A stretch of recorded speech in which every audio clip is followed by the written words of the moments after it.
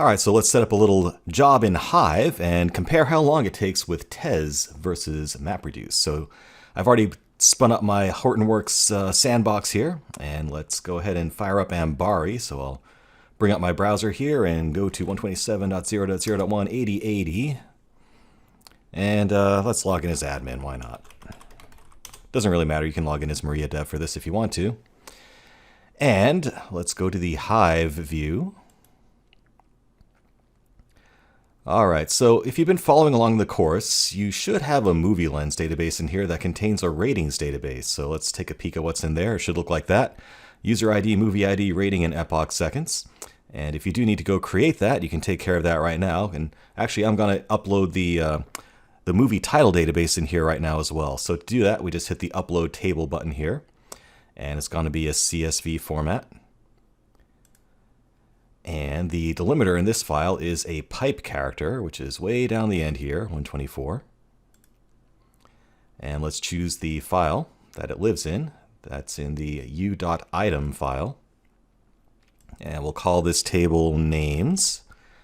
We're going to load it into the movie lens database. And again, if you don't have a movie lens database yet, just go back to the previous section. All you have to do is in the query window for Hive, type in create database movie lens, semicolon, and that will set it up for you. And you'll also need to import that ratings database as well. Just make sure you can follow the same steps that we're doing right now, except it's going to be the u.data file, and you're going to use tab as the delimiter for that particular file. But again, go back and watch that previous section if you need to catch up on that. Or you can just watch here. All right, so we need to give some column names to the movie lens names database here, and that's going to be the movie underscore ID. We'll call this one name or title, name for our purposes. This is the release date, and we're really not going to use these other fields, so we can just leave them as column whatever. If you're curious, though, it's actually the DVD release date, which it usually doesn't have the IMDb link, and then the remaining columns are what genres the movie is assigned to, if you're curious about it. So let's go ahead and upload that table, double check everything here, make sure your table name is set, make sure these columns for movie underscore ID and name are exactly as I have them, and the movie lens database is what we're loading it into.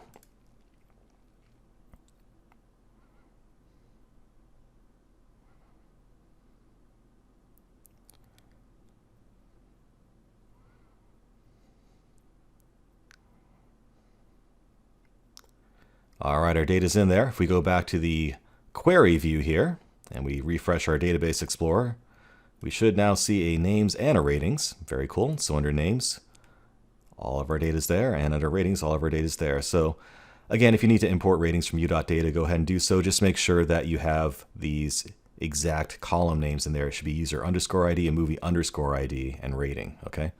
If you already have it in there under different names, just keep that in mind when we're writing the following query.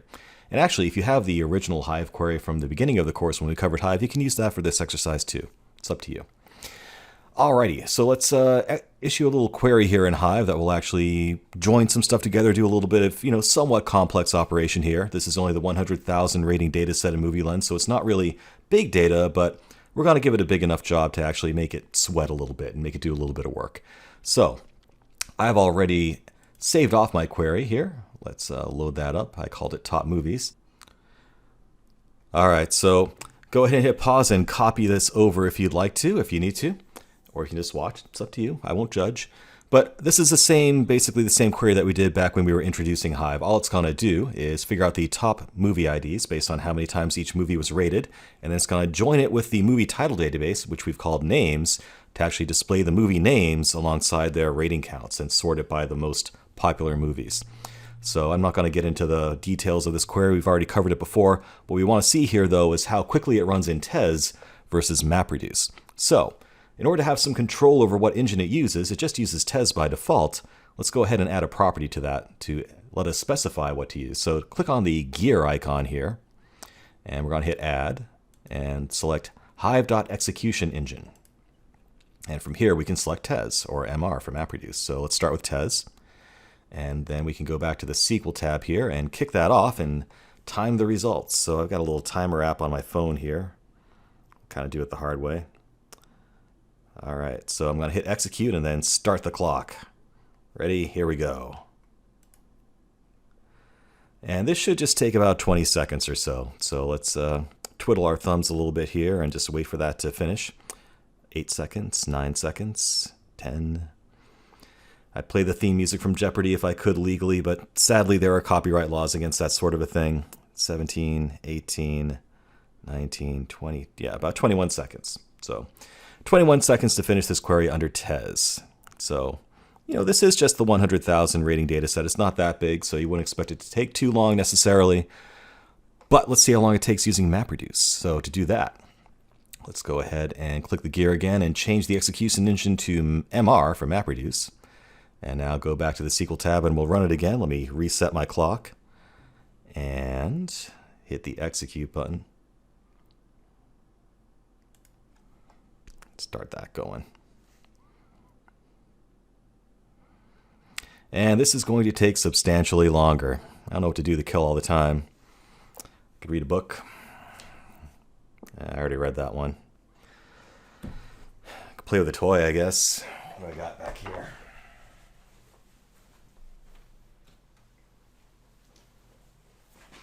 Yeah, here's a replica tricorder I built myself. I'm that much of a nerd. And it's signed by Robert Picardo, the guy who was like the doctor on Voyager. Check it out. It actually works. Cool stuff. This is still running, my gosh. 37, 38 seconds. What else can we do to kill some time here? I could do my taxes. That's not, I don't think you really want to watch that though. 48 seconds, 49 seconds. Still going. Oh, come on, it's got to be almost done.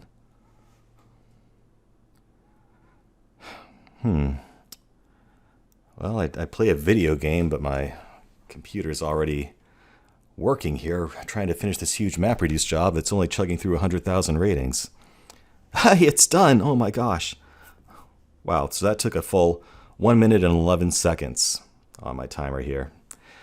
So you can see there's a very substantial difference in performance between TES and MapReduce. It's pretty impressive stuff. I mean, it's kind of hard to think of an excuse or a reason why you would not use TES when you have the opportunity. It is that much faster.